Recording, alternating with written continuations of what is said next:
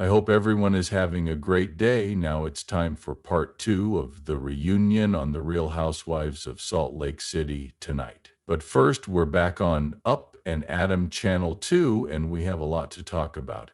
We haven't talked about the Chrisleys in a long time, and I can tell you that we don't have any good news. Before we start, let's make sure you all understand how this works. If you don't, feel free to leave a note. Sign up for it if you haven't already. Take care not to forget to press that bell. Anyway, I guess we should just start with this. Thank you, Reality Blurb. Since both of Savannah Chrisley's parents are in prison, the last few years have not been great. She has done her best to keep people informed about her father, Todd Chrisley's, and her mother, Julie's, stays in jail. She is now telling sad news about both Todd and Julie Chrisley, though. It's been such a ride for them. Welcome to the Addams family, especially to the new people who just joined. I don't know if you remember, but this whole thing has been so exciting. I remember having Emily D. Baker on, and she talked about how this case with the Chrisleys might be one of the few that makes it to the appeals court and has their sentences overturned. They must have been really happy and hopeful, thinking, okay, so many bad things happened, but maybe we still have a chance. Obviously, that didn't happen, especially if she has bad news to share. Fans know that Todd and Julie started their jail terms for theft and tax evasion, though.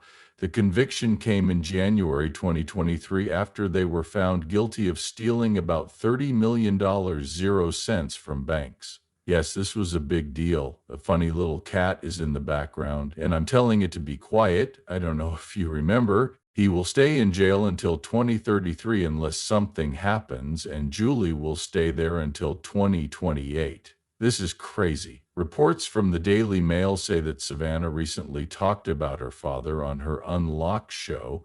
One of the most important things she said was that her dad would soon be moving because the facility where he was living was closing.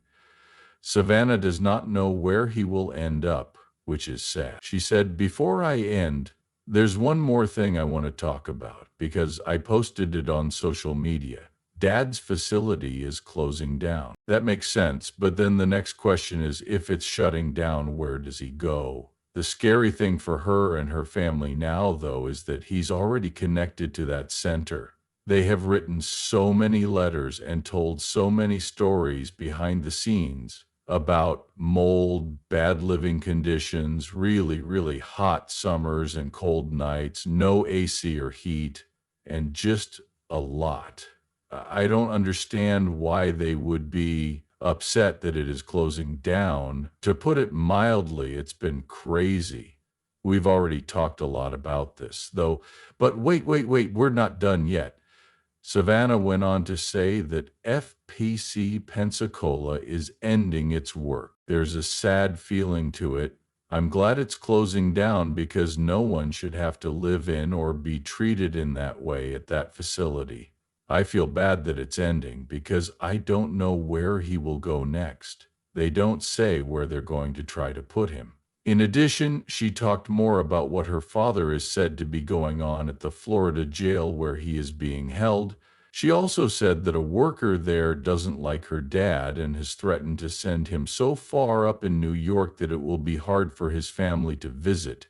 I hope and pray that this doesn't happen because that is just revenge and I won't stand for it, she said. Yes, that's also true.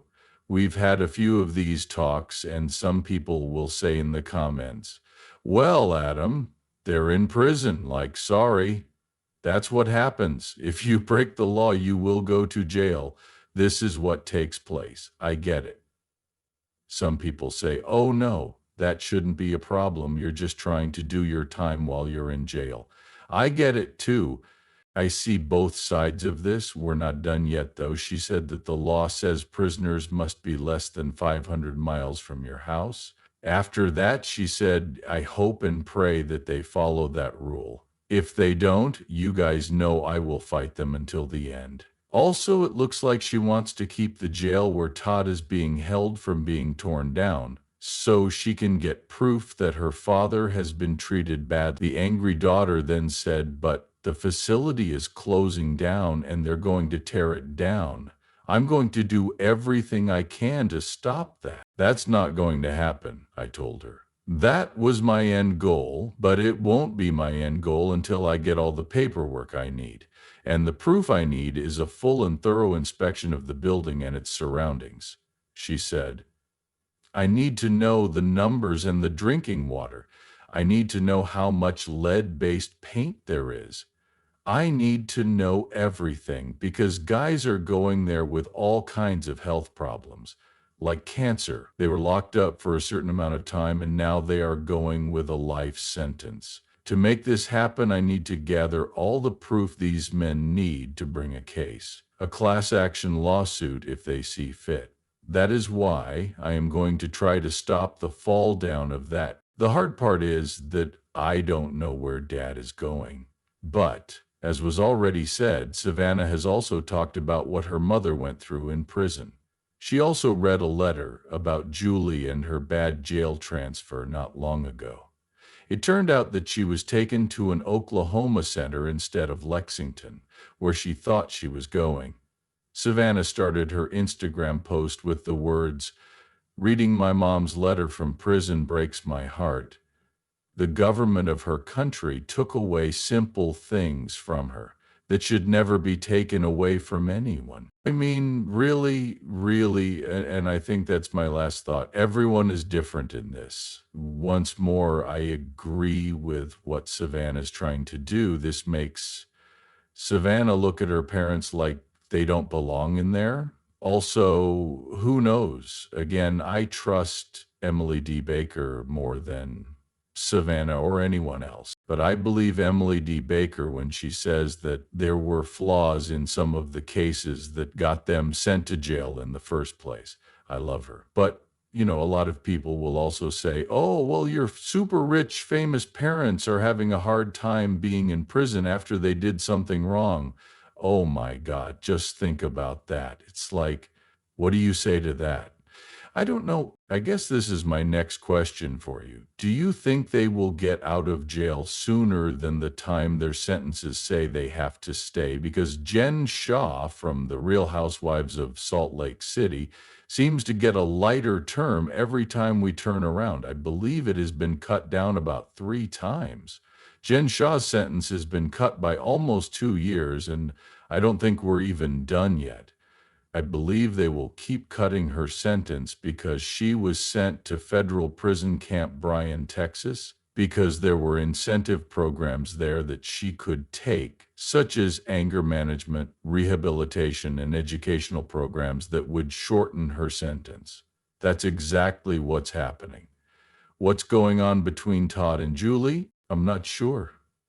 Guys, I want to know what you think. Leave a message in the comments. Sign up for it if you haven't already. Don't forget to press that bell, and we'll see you next time. I love you both. Goodbye.